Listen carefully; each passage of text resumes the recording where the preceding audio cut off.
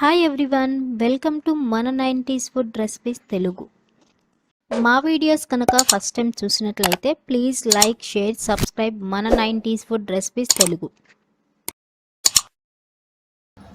జున్ను చేసుకుందామండి ఈరోజు మన ఛానల్లో. ఇవి లీటర్ జున్ను పాలండి. ఇవి ప్యాకెట్ పాలు 30 గ్లాసు తీసుకున్నాను. ఒక 100 గ్రాముల బెల్లం తురిమి పెట్టుకున్నాను. 4 ఇలాచి, 1 స్పూన్ మిరియాలండి. ఇప్పుడు ఇవి పౌడర్ చేసుకొని వద్దాము. ఈ బెల్లం ఈ పాలల్లో వేసుకున్నాము. స్వీట్ తినేదాన్ని బట్టి వేసుకోండి. మరీ ఎక్కువ ఓవర్ స్వీట్ ఉండా జున్ను బాగుండదు. మైల్డ్గా ఉంటే బాగుంటుంది, అదొక్కటి చూసుకోండి. ఇప్పుడు ఇవి కలిపేద్దాము. గంట పెట్టి కలుపుకోవాలి.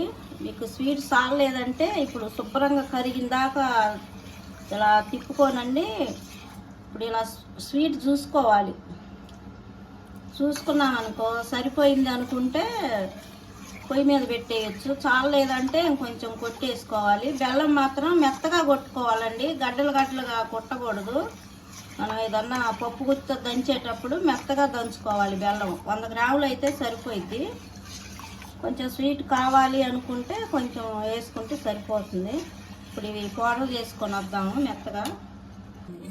బెల్లం అంతా పూర్తిగా కరిగిందండి. ఇప్పుడు ఈ మిరియాల పొడి వేసుకుందాము. యాలకులు మిరియాలు దంచి పెట్టుకున్నాగా అది వేసుకుందాము.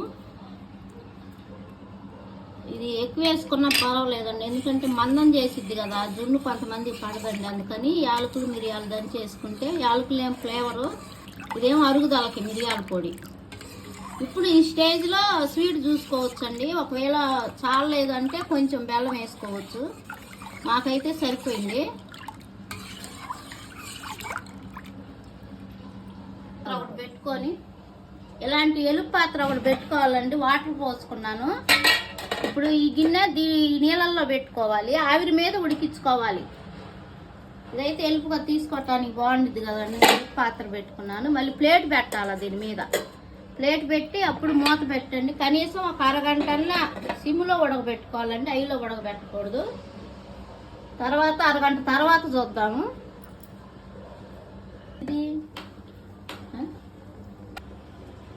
అరగంట అయిందండి జున్ను పెట్టి పొయ్యి మీద. చూద్దాము ఉడికిందో లేదో.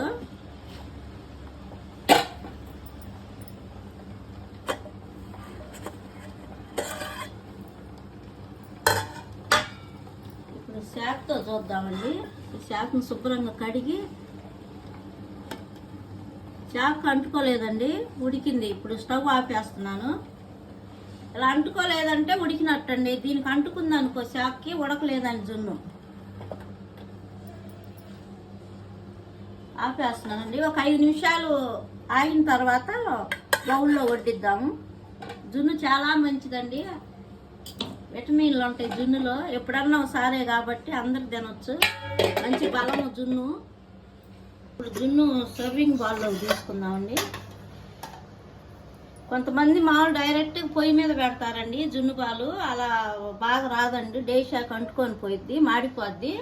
ఇలా డేషాలో నీళ్ళు పోసి ఈ గిన్నె డేషాలో పెట్టి మూత పెట్టి ఉడికిచ్చారంటే అండి బాగా పర్ఫెక్ట్గా వచ్చింది జున్ను. అందరూ ఒకసారి ఇలా ట్రై చేయండి. చాలా మంచిదండి ఆరోగ్యానికి జున్ను. పాలు ఇవి 2వ రోజు పాలండి. అదే ఫస్ట్ రోజు పాలు అయితే లీటర్కి లీటర్ కలుపుకోవాలి. ఈ 2వ రోజు పాలు కాటాన పావు లీటర్ కలిపాను నేను. 1 లీటర్కి ప్యాకెట్ పాలు కలిపానండి. ఇదిగోండి జున్ను బాగానే వచ్చింది గట్టిగా.